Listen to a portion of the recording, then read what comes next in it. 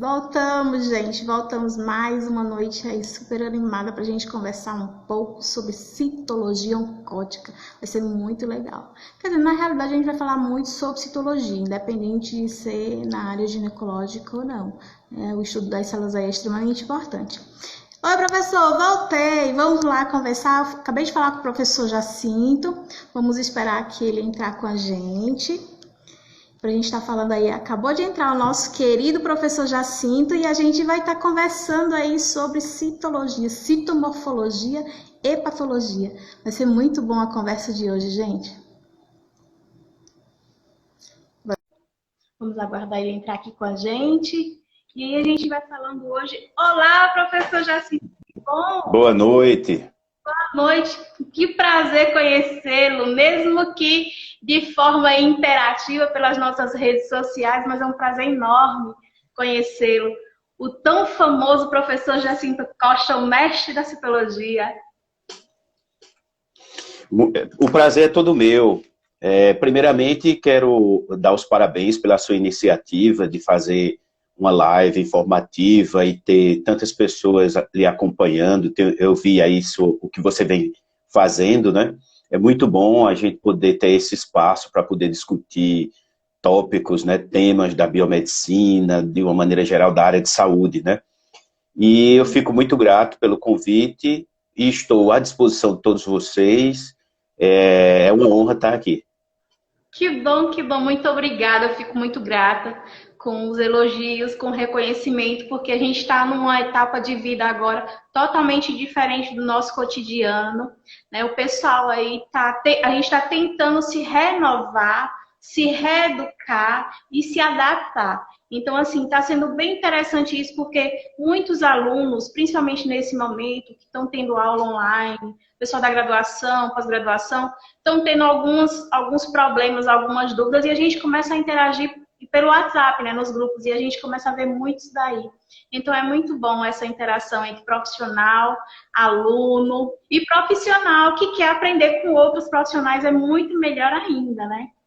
E aqui, professor, Isso. a gente tem uma participação enorme aí de muita gente. O pessoal da BBM está aqui, a Ju está aqui, a Associação Brasileira de Biomed, a Juliana está aqui com a gente. O professor Edivaldo, direto de Lisboa, está aqui na live com a gente também, participou de algumas universidades estão aqui, profissionais estão aqui, acadêmicos. Então, assim, é muito bom, a interação vai ser muito boa, com certeza. Excelente. Quer dizer que estamos a nível internacional, né? Sim, com certeza. Com certeza. E o Isso. professor Edivaldo aí é um espetáculo da anatomia. Ele é literalmente ele é assim um pilar da anatomia aqui no nosso sertão pernambucano, que eu falo de Petrolina. Então, assim, ele é muito especial aqui na cidade. Principalmente nessa área. Os acadêmicos da UPE são muito focados nele. Ele é uma pessoa muito especial. Muito bom. Boa. No início da faculdade eu fui monitor de anatomia, eu adorava anatomia, né? É uma paixão. Quando você começa o curso, né, é uma paixão. Isso, anatomia é apaixonante, né? Tão apaixonante que o senhor se apaixonou pela citomorfologia aí, né? Isso. É porque eu ainda não tinha conhecido a citologia, né? Aí, a citologia clínica. Aí, primeiro eu conheci a anatomia, foi uma paixão. Aí, depois que eu conheci a citologia, aí foi uma paixão mais madura. Então, foi uma paixão mais duradoura, né? Virou um verdadeiro casamento, né, professor? Isso, E aí isso. eu estive verificando lá no seu YouTube, maravilhoso, a sua página www.jacintocosta.com, é isso? Eu vi lá, gente, já estudou em Oxford, em Harvard, Canadá, então assim, é um conhecimento para a vida, né, professor? E aí tem esses 2 livros que o senhor produziu, que são muito interessantes. E eu gostaria que, se possível, o senhor falasse um pouco. Tem a citologia clínica do trato gênito feminino, né, genital feminino, e a citologia clínica de mama, que a gente vê que hoje existe um déficit, porque nem todas as pessoas conhecem citologia, principalmente a de mama. Ouve-se muito falar dos exames de mama, de raio-x, de ressonância, alguma coisa do tipo, só que a citologia de mama pouco é falada. E aí seria muito bom a gente começar sair com a citologia genital feminina, né? Porque aí é bem interessante também. E os alunos aqui da Unifil, de Ourinhos, em São Paulo, estão aqui com a gente. O coordenador acabou de falar comigo. Excelente, excelente. Veja só, esses dois livros, o do trato genital feminino, ele está agora na segunda edição. Nessa segunda edição eu coloquei muita coisa que...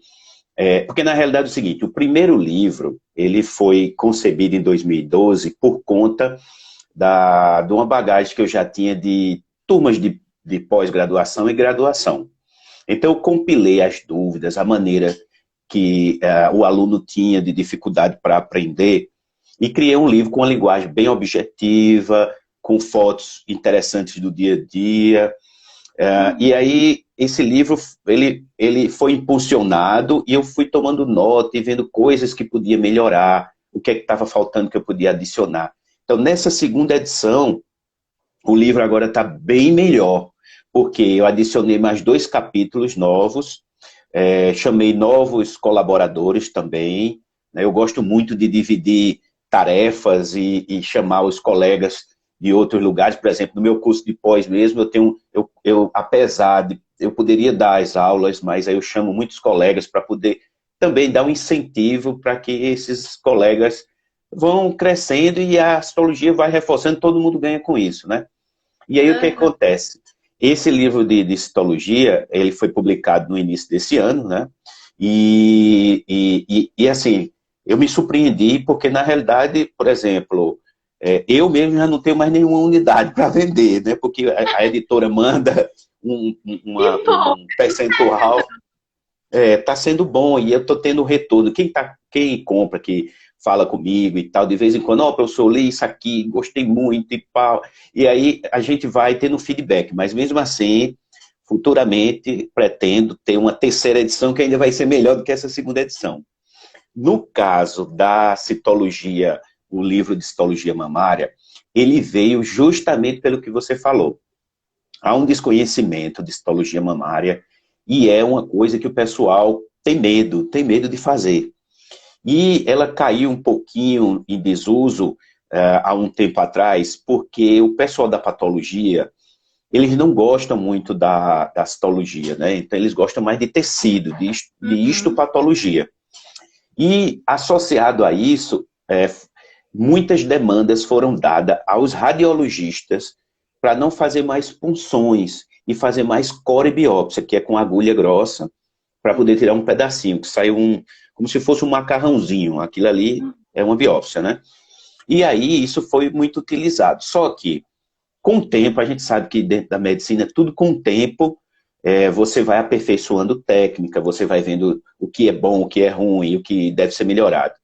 A OMS instituiu alguns guidelines, né, que são os procedimentos do que o que deve ser feito em determinadas situações. Por exemplo, se a paciente tem um cisto, eu devo fazer o quê? Uma punção primeiro. Não vou fazer uma core, porque o cisto tem líquido dentro dele. Esse líquido extravasando, ele pode dar fibrose. Então, tem uma série de coisas que não são adequadas. Então, para cisto, punção. Aí depois, vamos ver os nódulos sólidos, né? Em que situação a gente faz? Pode ser feito em qualquer tipo de nódulo. Mas, quando o nódulo está calcificado, é preferível fazer logo a core. Então, esses procedimentos foram estabelecidos, a nomenclatura vem sendo trabalhada, né? A gente já tem um protótipo, como se fosse o sistema B10 da mama, que é o sistema Yokohama, e a citologia mamária está sendo uma prática bastante complementar para os médicos mastologistas, principalmente, para os clínicos, para os ginecologistas, para poder fazer uma verificação de nódulos ou cistos, né? Que você não precisa internar ninguém, não precisa fazer cirurgia, não precisa dar anestesia, nem nada. A punção é simples, rápida, e a citologia está se tornando rápida. O que é que acontece nesse contexto aí? O citologista que faz mama, muitas vezes, ele não fala que faz. E aí o médico acha que ele não faz. Uhum. Então, um exemplo que eu dou é quando eu fui para o interior. Eu passei um tempo, eu tive laboratório no interior durante 18 anos. E aí o que acontece? quando eu cheguei lá, eu fazia citologia mamária. E aí eu saí e fui visitar todos os médicos que tinham a ver com um possível pedido de punção. E, obviamente, fui falar com os radiologistas, o pessoal que faz ultrassom, porque a punção guiada por ultrassom é a demanda, né? Quando eles escutavam que eu dizia, olha, eu faço citologia mamária, eles, eu não acredito. É? Eu digo, é.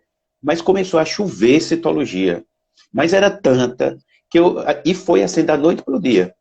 Então, tinha mastologista mesmo que mandava a citologia e no outro dia já estava ligando, e aí, rapaz, o que é que deu, e não sei o que, blá. Então isso foi criando um elo de confiança, de troca de informação muito boa. E com isso eu aprendi muito a relacionar a parte da fisiopatologia com a citologia.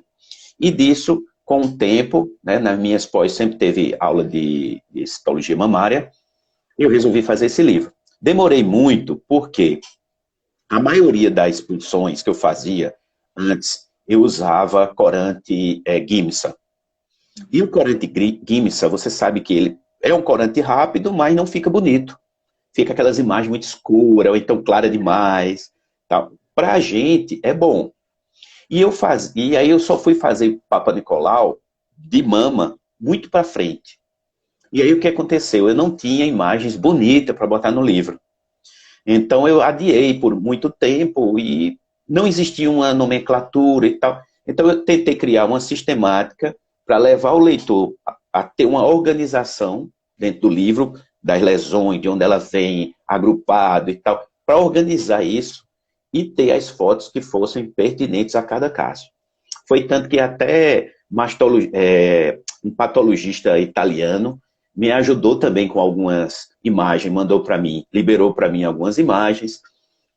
Um outro citologista também da Bahia, que é o Berley, também mandou imagens. Então, assim, eu tive a ajuda, né, de alguns colegas, e aí eu resolvi realmente botar o livro para frente, né. Agora, com o serviço que eu estou implementando também em mama, lá na UFPE, que eu sou professor lá da universidade, a gente já tem atendimento de citologia, mas agora eu fechei um atendimento mais direcionado à mama, né? Uhum. Aí a gente agora vai aumentar aí inúmeras vezes a quantidade de análise de citologia mamária. Então esses dois livros, eles são o quê? Fruto de dúvida de aluno com a experiência que eu fui acumulando durante esse tempo. Pra você ter ideia, meu primeiro curso de pós que eu montei foi em 2001. Então a gente já vai aí com quase 20 anos, né? É verdade, é verdade. E o que eu achei muito interessante no livro, que tem assim, além do senhor falar a questão das imagens realmente são reais, o que me atraiu mais foi o senhor dizer, o senhor disse de uma forma tão linda, que quem te ajudou a montar os livros foram os seus alunos.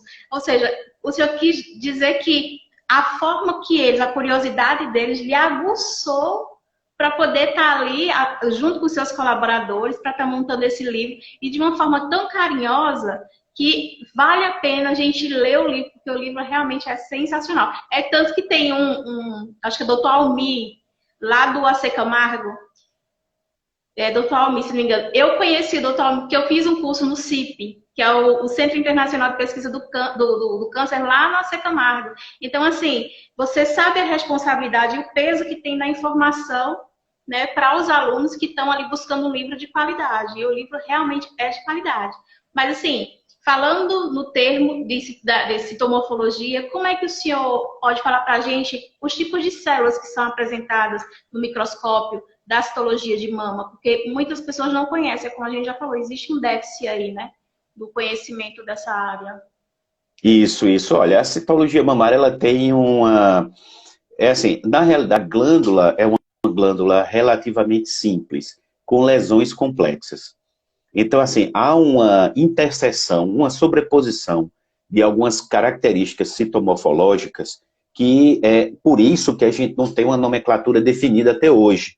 A gente tem o que eu falei, né? A classificação de Yokohama, que vem sendo trabalhada desde 96 e que a cada versão eles vão melhorando, porque a citologia, na realidade, você precisa de acúmulo de características. Quando lançaram o sistema Bethesda, tinham reuniões presenciais, né? Em 1988 foi a primeira reunião. Depois eles foram fazendo isso até 2001.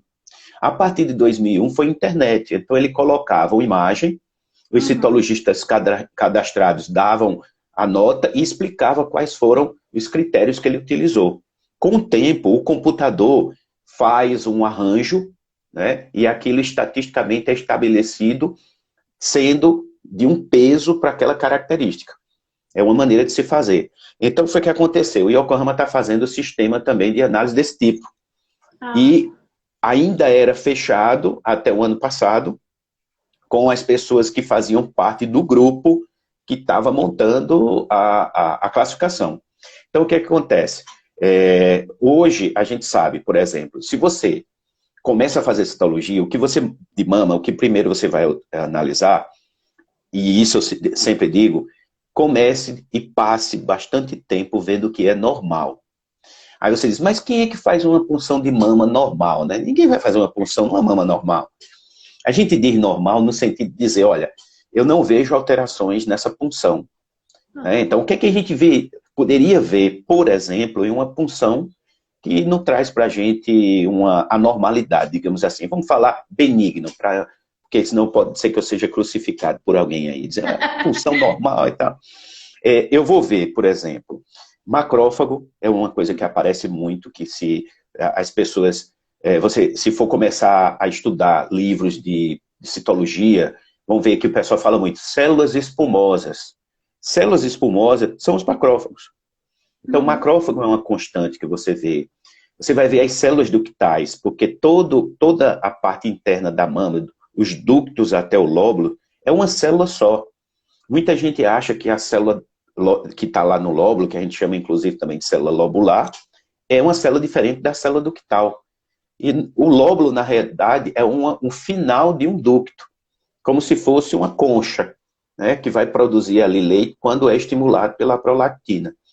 Mas todo o revestimento dali é feito pela mesma célula que está no ducto. Só que essas células, ela tem no genoma dela um disparo para ela produzir, para ela ter o receptor para prolactina e produzir leite. Então, isso dá a ela essa característica, né? Então, o que é que você vai encontrar? Células epiteliais, que são as ductais, que podem ter vindo dos lóbulos ou do ducto. As células inflamatórias, né, que são os neutrófilos, linfócitos, vão aparecer com mais frequência. E tem uma diferença grande em relação às células, à maneira de visualizar, por exemplo, do material cervical. Quando a gente vê no material cervical presença de estroma, geralmente a gente chama aquilo de diátese tumoral, se você tem células atípicas, né?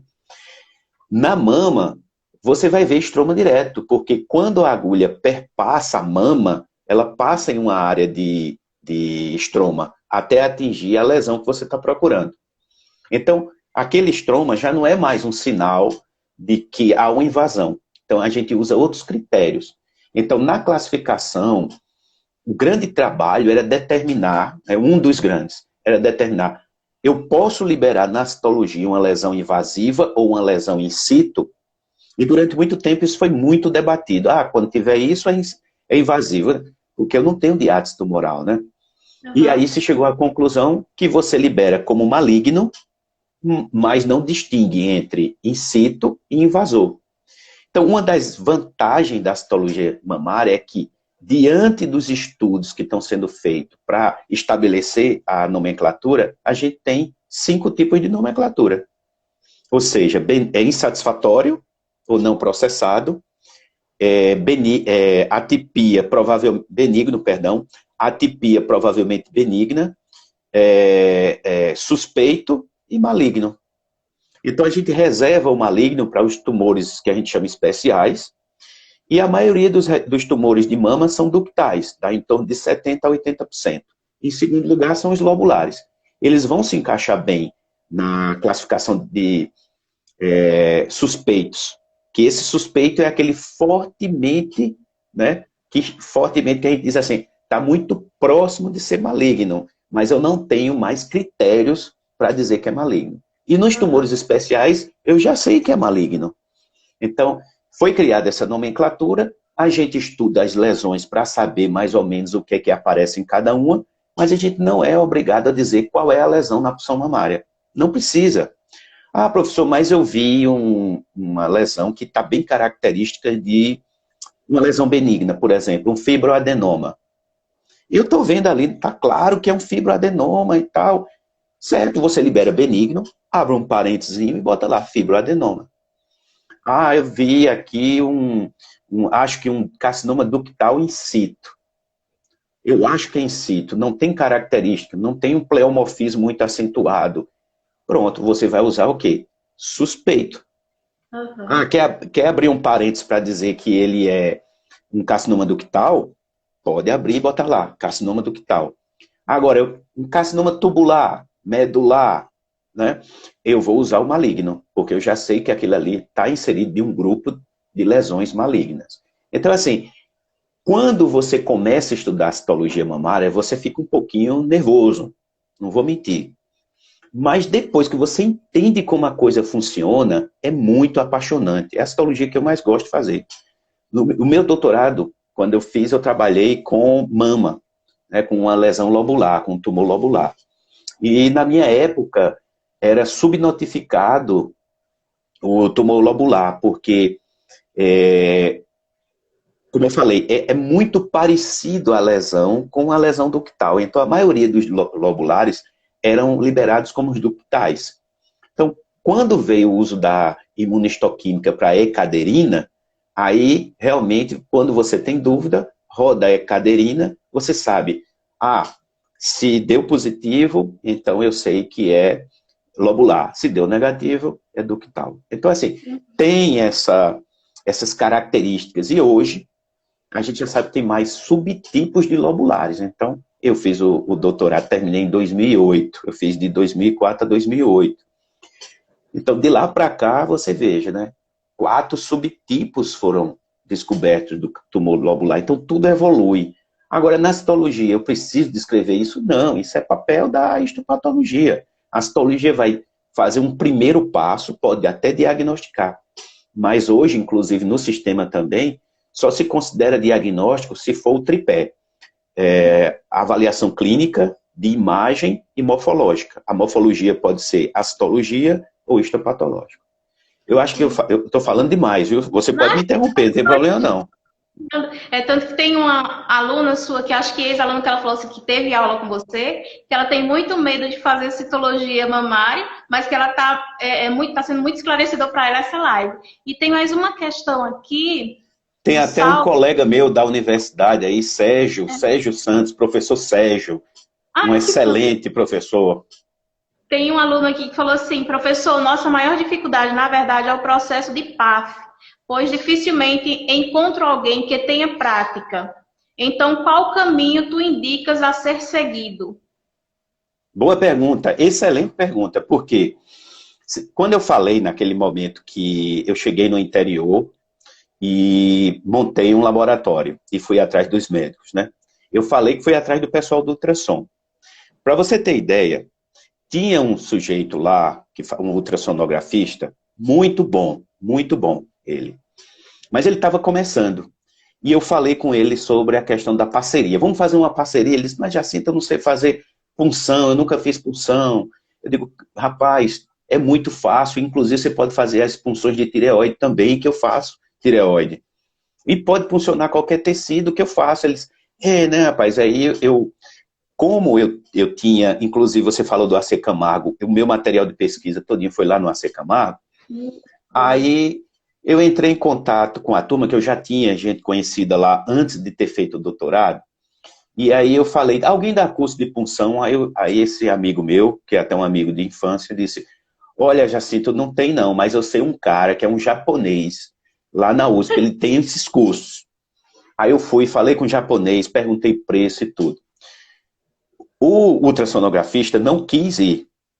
Aí eu disse, eu menti na hora, eu disse, pois eu já paguei seu curso. Mas rapaz, como é que você fez isso? Tudo dia eu disse, já está pago.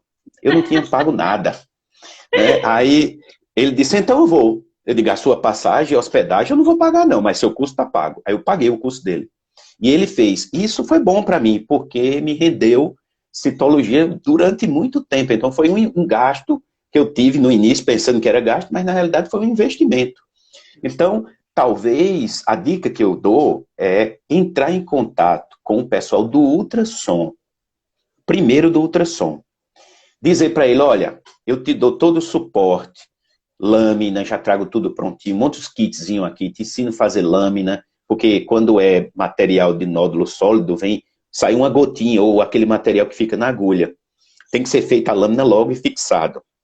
Fixação pode ser em álcool, né, melhor porque fica mais fácil para ele, porque às vezes com spray, pode fazer spray, pode estar muito próximo, espalhar as células, ou então não fixar bem, bota no álcool. E aí eu combinava com o pessoal do ultrassom e até mesmo os médicos que faziam punções para pegar esse material.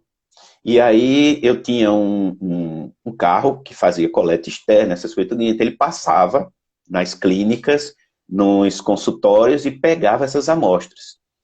E eu liberava o resultado para o médico, nem era para o paciente. Então, se o médico quer cobrar, sei lá, vamos supor que eu cobrava, sei lá, R$ 150 numa citologia de mama, vamos supor.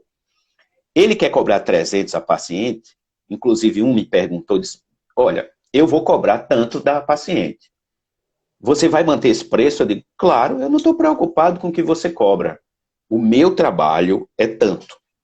Então, se você quiser fazer, a gente faz essa parceria, eu lhe entrego o resultado e você cobra tudo e depois, no final do mês, eu mando a conta. Aí, todos aceitaram. Tinha lugar, assim, essas clínicas mais luxuosas, né, que atendem a classe A, que cobrava 3, 4 vezes mais do que eu pedia. Mas eu não estava nem aí, não mudava meu preço, né?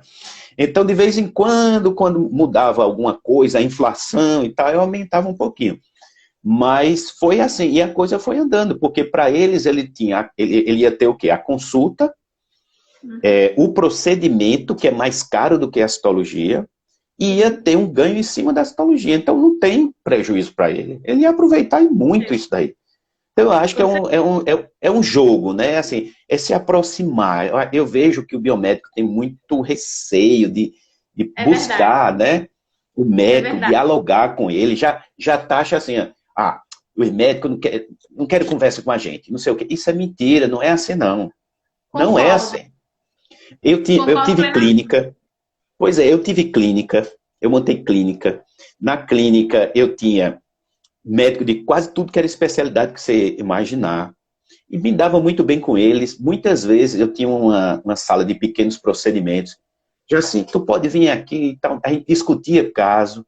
Então, eu acho que uma das coisas que falta na biomedicina é a interação multidisciplinar. Não somente com o médico, mas com todos os outros profissionais. Né? Eu acho assim, que a interação, você tem que ter uma segurança, né, para estar de frente com outros profissionais. Isso para você é um suporte futuro, porque aí você vai demonstrar, quando você mostra segurança a partir do primeiro momento, você fica gravado na memória de todo mundo. Então, sempre que alguém, um profissional ligado a você precisar, vai dizer, fala com fulano, porque aí ele é uma pessoa segura, sabe o que está fazendo e sabe o que está falando. Então, fica mais fácil para você conseguir aí deslanchar. Mas aí tem mais aqui, professor. Carla Nayara. Eu acho que essa Carla Nayara foi que estudou comigo, que também sou ex-aluna aqui, que bom. Professor, me especializei em citologia, mas tenho insegurança para começar a laudar. O senhor pode dar dicas de como iniciar após o término da especialização? Olha, a melhor maneira é ver um lugar onde tenha rotina de citologia e tentar passar uns dias lá, né? Porque, assim, o laudo, apesar da gente ter, por exemplo, cervical, a gente ter uma indicação do sistema Bethesda, ele é flexível. O sistema Bethesda é uma orientação e, na realidade, é para um programa de rastreio completo. Ele não só serve para criar uma nomenclatura com os algoritmos do que vai ser feito para dar uma instrução, mas ele é tipo um indicativo do mínimo que você tem que fazer. Então, se você quer acrescentar algo ao seu laudo, se você quer um laudo mais trabalhado, o laudo ele deve ser bem objetivo, na realidade, tá?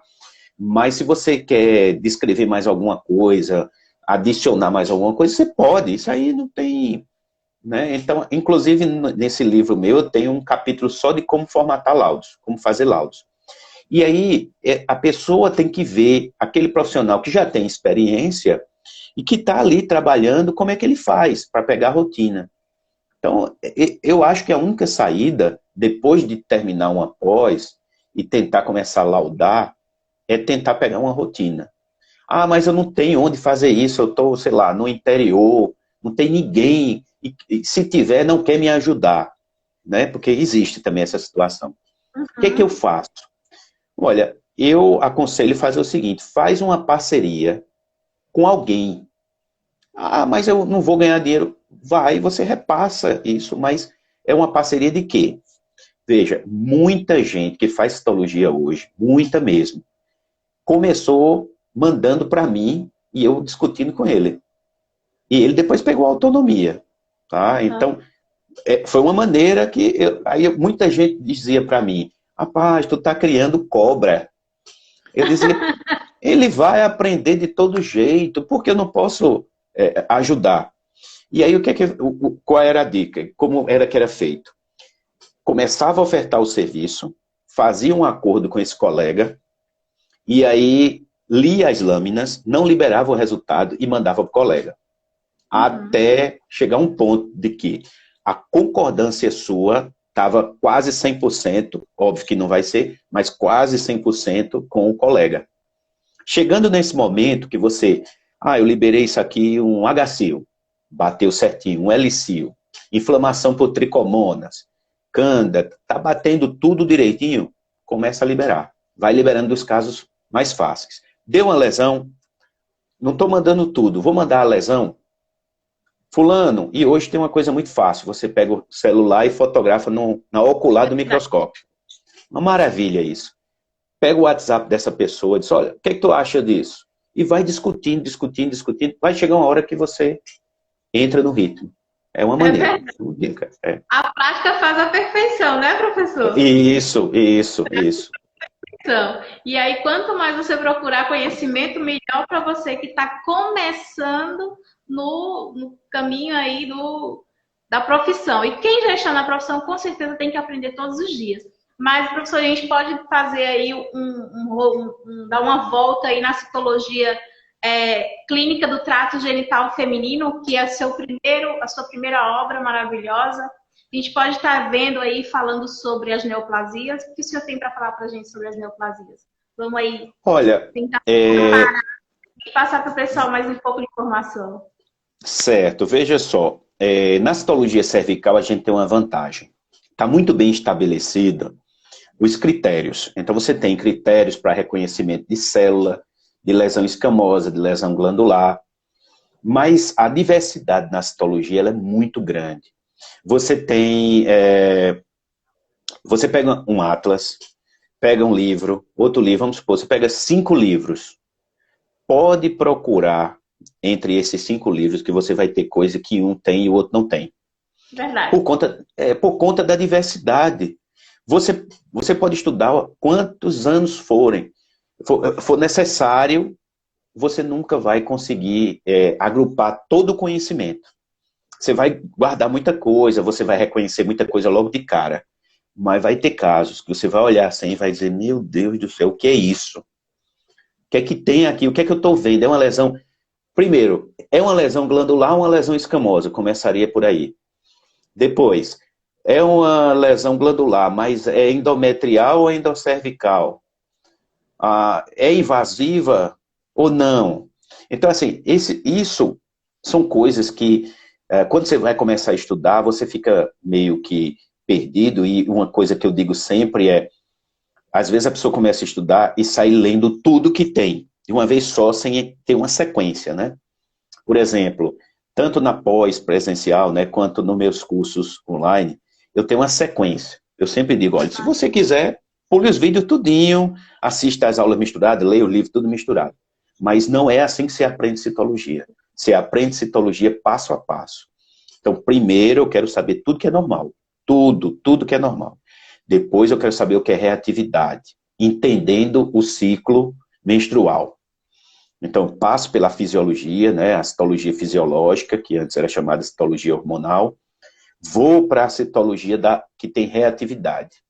entendi o que é a reatividade e entendi o que é a sintomorfologia da reatividade. Então eu sei, por exemplo, que o núcleo vai aumentar, mas a membrana vai estar lisa. Que o núcleo está grande, mas a cromatina está homogênea. Mas que tem nucleolo, mas que esse nucleolo está um pouquinho aumentado, mas que tem a cromatina homogênea e a membrana lisa, então é uma reatividade, não é lesão. Então, eu não preciso mais ver nada, mas se eu ver isso aí, eu já sei que é reatividade. Agora, pegando essa mesma alteração, eu começo a ver o quê? Uma cromatina irregular e uma membrana irregular. Eu já sei que aquilo não é mais reatividade, eu vou procurar o resto das características. E aí eu vou somando, somando, somando. Vai chegar um ponto que quando eu olhar aquela lâmina, independente de qualquer informação, e isso é um exercício muito bom de fazer, não olha idade, não olha nada. Simplesmente pega a lâmina, analisa e imagina o que é. Depois vai procurar idade, porque quando você olha idade, você é induzido já a pensar de uma maneira. Não é isso? Quando você lê queixas, você também é induzido a pensar naquilo ali. E isso leva muito erro. Muitas vezes eu faço um exercício que é o seguinte, eu pego a lâmina, distribuo com os alunos, e digo, analise aí. Mas, professor, não tem idade, não tem nada, analise a lâmina. Depois eu vou botar o gabarito do que tinha de cada lâmina dessa. Aí eles começam a analisar. Aí, eu pego todos os resultados que eles escreveram e guardo. Aí, pego novamente um outro dia, um outro encontro, e boto as lâminas com as fichas de anamnese. Os resultados são diferentes, porque foi induzido. Aí eu, quando mostro para eles, professor, eu vi que tinha aqui corrimento esbranquiçado, coagulado, então eu botei cândida. Eu digo, você viu a cândida? Não, não vi, mas como tinha esse... Então, assim, são esses tipos de erros que acontecem no início. Se você não está vendo, você não coloca. Você não vai colocar um resultado porque está sendo cobrado. Teve uma vez que, dentro desses exemplos, que eu recebi algumas imagens de um ex-aluno da pós, e falando assim, professor, o que é que o senhor acha? Acha que isso aqui tem isso e isso e tal, tal, tal, tal? Eu digo, não. As suas fotos, pelas suas fotos não dá para concluir. Mas eu tenho que liberar esse laudo. Eu digo, não, você não tem que liberar esse laudo.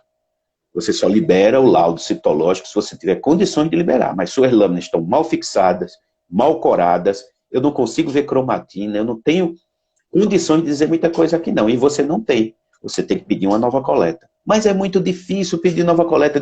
E você vai jogar o seu nome no lixo por conta disso? Não existe. Você só pode liberar o que você tem condições de liberar. Você não pode forçar laudo. Ah, professor, mas é muito complicado. Eu digo, você pega as lâminas, deixa guardadinhas, se possível, fotografe, deixa o caso catalogado lá. Se houver algum tipo de reclamação, você devolve as lâminas, deixa umas de reserva com você e manda a pessoa fazer o laudo com outra pessoa, que eu quero ver se ela vai fazer. Então, assim, a nossa área, não somente considerando a formação, seja biomédico, farmacêutico e tal, ela tem uma responsabilidade muito grande, que a maturidade precisa ser atingida antes de terminar o curso. Porque senão você vai se expor a muita coisa. E hoje em dia, os processos estão acontecendo constantemente. Tem muita gente sendo processada.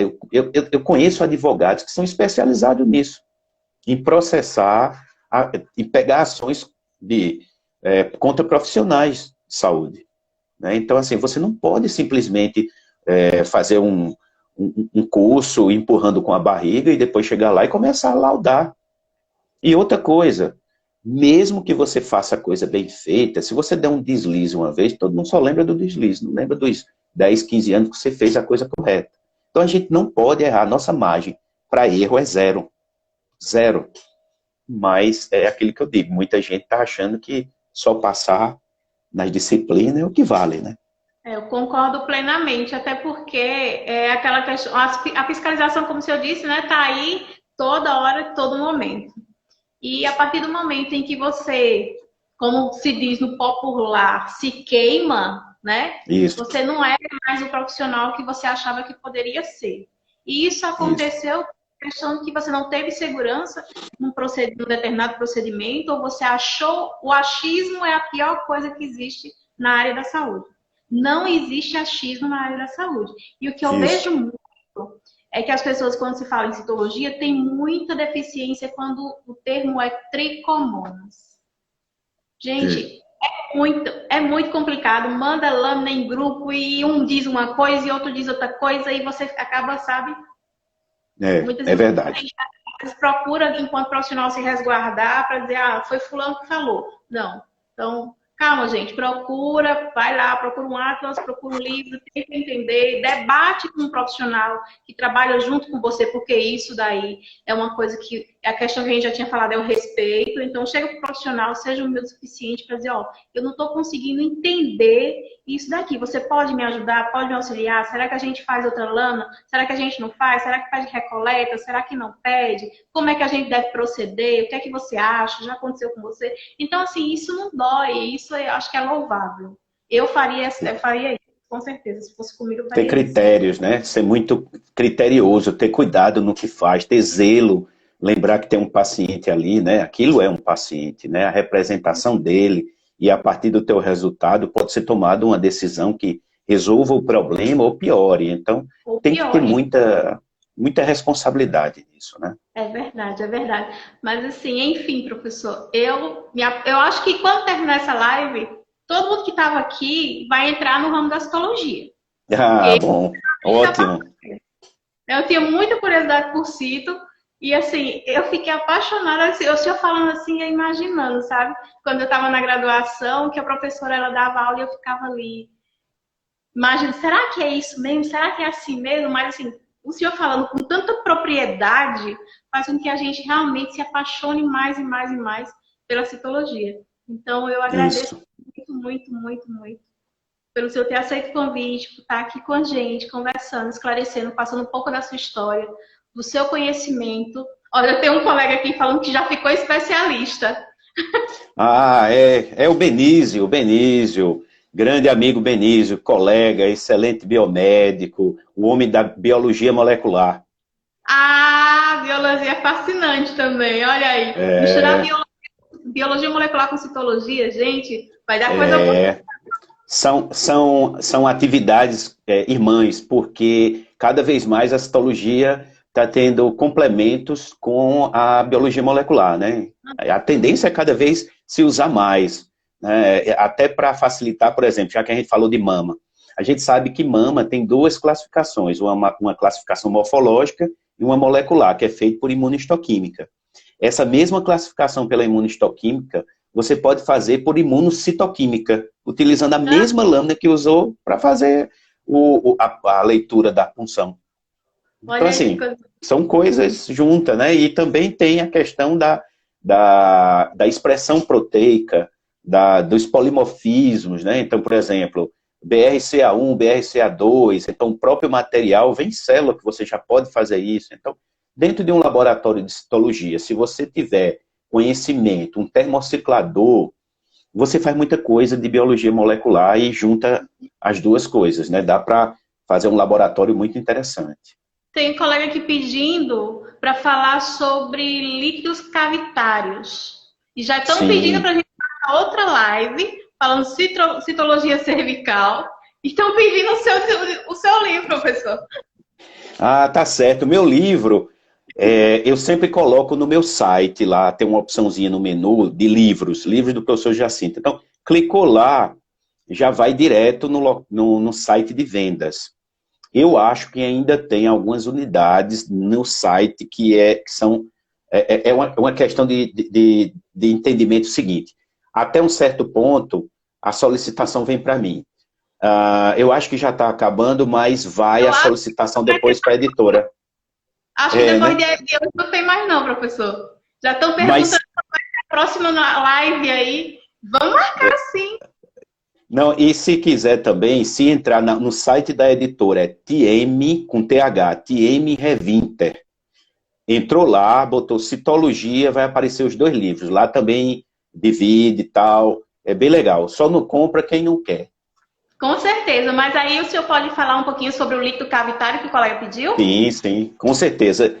A parte de citologia de líquidos é outro mundo fascinante. Também é uma das citologias que eu mais gosto. Na realidade, era a citologia que eu, tirando cervical, era a não ginecológica que eu mais fazia. E, assim, é uma citologia que ela, na realidade, todo hospital deveria ter um citologista que faz líquidos. Por quê? Por exemplo, um derrame pleural, um paciente que chega sem identificação, sem histórico, como é que você vai saber? Né?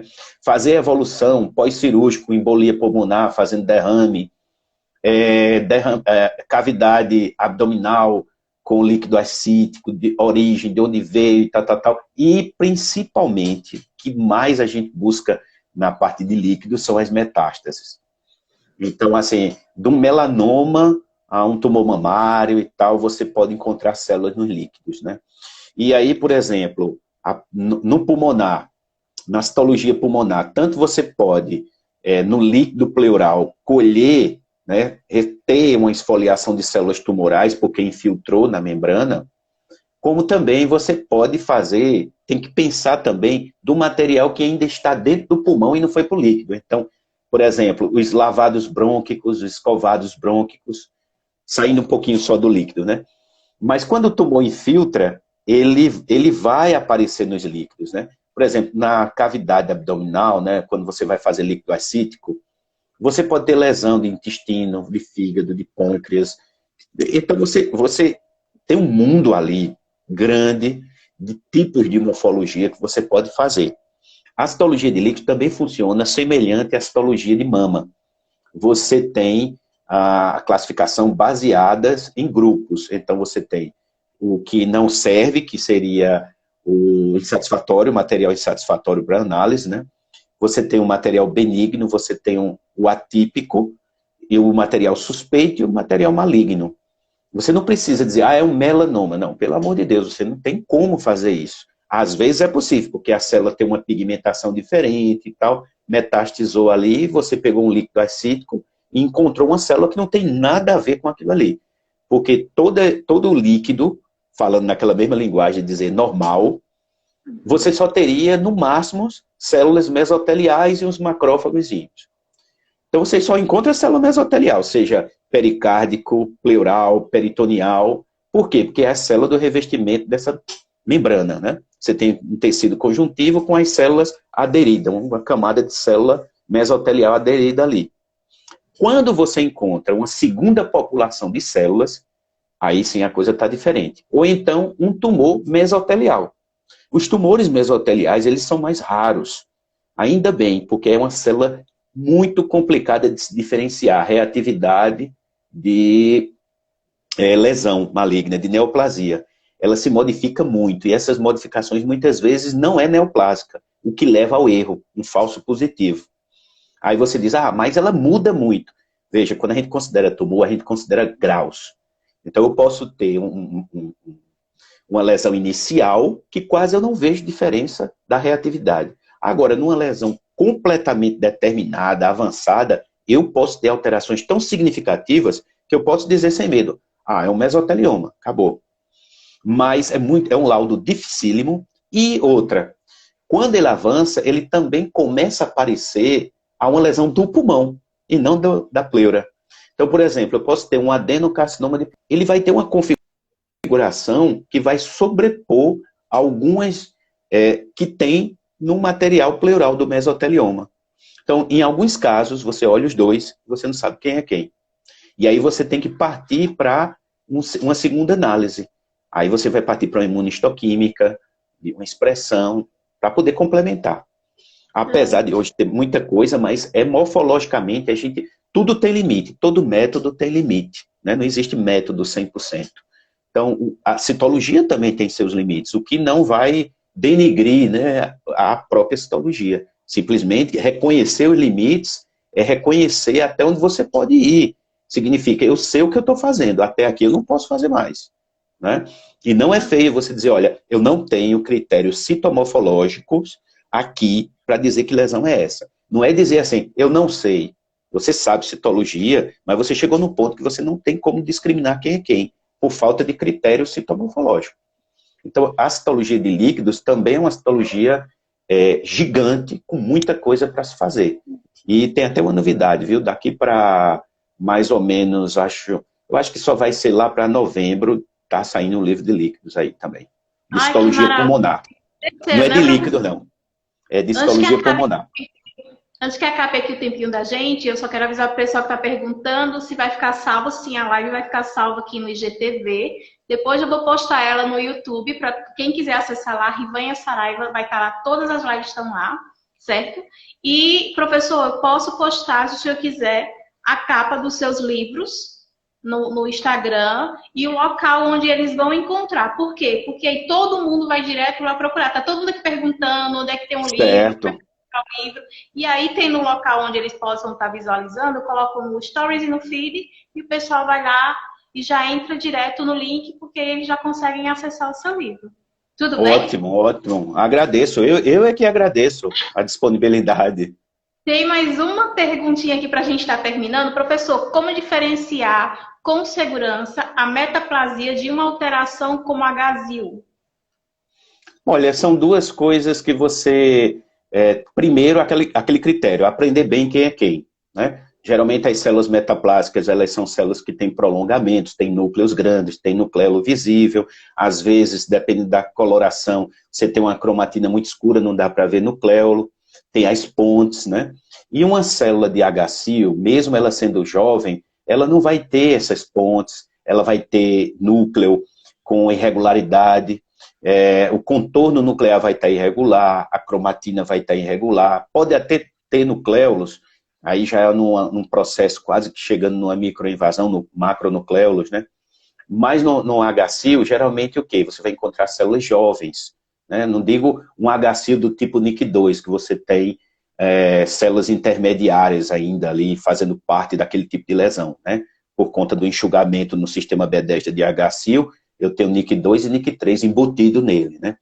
Mas geralmente são células pequenas, HCIO, núcleos irregulares, cromatina é irregular, hipercromasia, ou então você pode ter uma membrana, que a gente chama de núcleo vesiculado, que é uma membrana mais grossa, mais espessa, ou uma alta relação núcleo-citoplasma, ou seja, muito núcleo para pouco citoplasma. E na metaplasia não, você tem uma célula com citoplasma um pouco parecido com o do HCIO mais jovem, né, célula mais jovem, mas você não tem irregularidade de contorno tão evidente. E quando tem, você não tem todos os dados, como, por exemplo, a cromatina irregular também. Então, você faz um equilíbrio. Eu estou vendo aqui uma célula que tudo indica que é metaplásica, ela é grande, tem citoplasma denso, irregular, e tem um núcleo um pouquinho amassadinho. Como é que está a cromatina? Está normal. Então, para isso, inclusive, o B10 já criou o HCIO, o ASC-H, aliás, que ele pode estar escondendo uma lesão HCIO. Então, o limite para você ver, como eu falei, né, na citologia existe limite, o limite entre HCIO e uma metaplasia atípica que esconde uma lesão de HCIO, foi criado um ASC-H. Então, quando você está nesse meio aí, que tem coisa de um e tem coisa do outro, o sistema Bethesda deu o ASC-H, que é uma sobra. Você não busca ASC-H, você busca HCIO e metaplasia, nesse caso. Aí, ou você tenta encaixar numa metaplasia reativa, normal, né, uma metaplasia, ou você encaixa no HCIO, porque você está procurando ali encaixar. Como você não consegue nenhum dos dois, foi dado o ASC-H.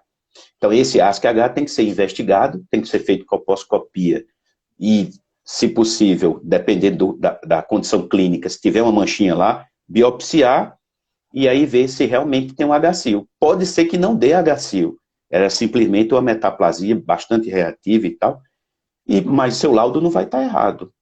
Tá? Então, assim, é o critério ali que eu disse que deu limite ao citologista. Ele não consegue avançar porque tudo foi exaurido e ele não tem mais para onde ir. Então, sobrou ASC-H. Então, é uma maneira de trabalhar nisso. Muito, muito esclarecedor suas respostas e seus questionamentos. Muito obrigada, professor, mais uma vez, por ter aceitado o convite, por estar aqui conversando com a gente. E se o senhor estiver à disposição, eu posso lançar um quiz, o pessoal coloca o tema e a gente vê a possibilidade de a gente estar fazendo aí uma próxima live, que nem todo mundo aqui pediu. Sim, sim, claro. focado no tema que eles realmente querem, onde é que a gente pode focar melhor. Tudo bem? Para falar de citologia, eu tô dentro. Eita, gente, foi muito bom. Ó. Muito obrigada, Carla. Foi bem esclarecedor. Todo mundo gostou, amou e partiu especialização de citologia com o professor Jacinto lá na UFPR, viu, gente? Isso. Direitinho para vocês. E eu aproveito também para agradecer mais uma vez pelo convite. Você está de parabéns também todo mundo que participou. É muito bom sempre estar falando de citologia, pelo menos para mim, eu adoro. Quanto mais eu falo, mais me empolgo. E dizer que continue, não pegue, como diz a história, a vontade agora e depois esqueça, não. Aproveita, comece a estudar agora. Amanhã já pega livro, já começa a ler. Tem muito material também na internet. No meu YouTube tem tem lá uns episódios que eu faço conversando sobre citologia. Tem muitas coisinhas específicas, são vídeos entre 10, 15, um pouquinho a mais, minutos, falando só de um tópico. Amanhã mesmo eu acho que eu estou postando um novo que deve ser sobre, eu ainda não sei especificamente, que tem eu vou fazendo pela demanda. O pessoal vai pedindo e eu vou vendo o que é mais pedido e faço um. Então amanhã já tem vídeo novo lá. Pronto, então, se eu começar a receber... coisa, né? Pronto, pode mandar. Estarei acatando os pedidos, na medida do possível, né? Que bom. Muito obrigada, professor. Por nada, agradeço a todos que participaram. Sucesso aí, hein, gente? Tchau, até a próxima. Até a próxima. É isso daí, gente, por hoje. Acabou a live, mas próxima semana tem muito mais. Beijo, obrigada por vocês estarem aqui comigo. E vai ficar tudo salvo aqui, tá ok? Podem estar acompanhando e qualquer coisa, manda o quiz, escreve no direct e a gente vai conversando. Tchau.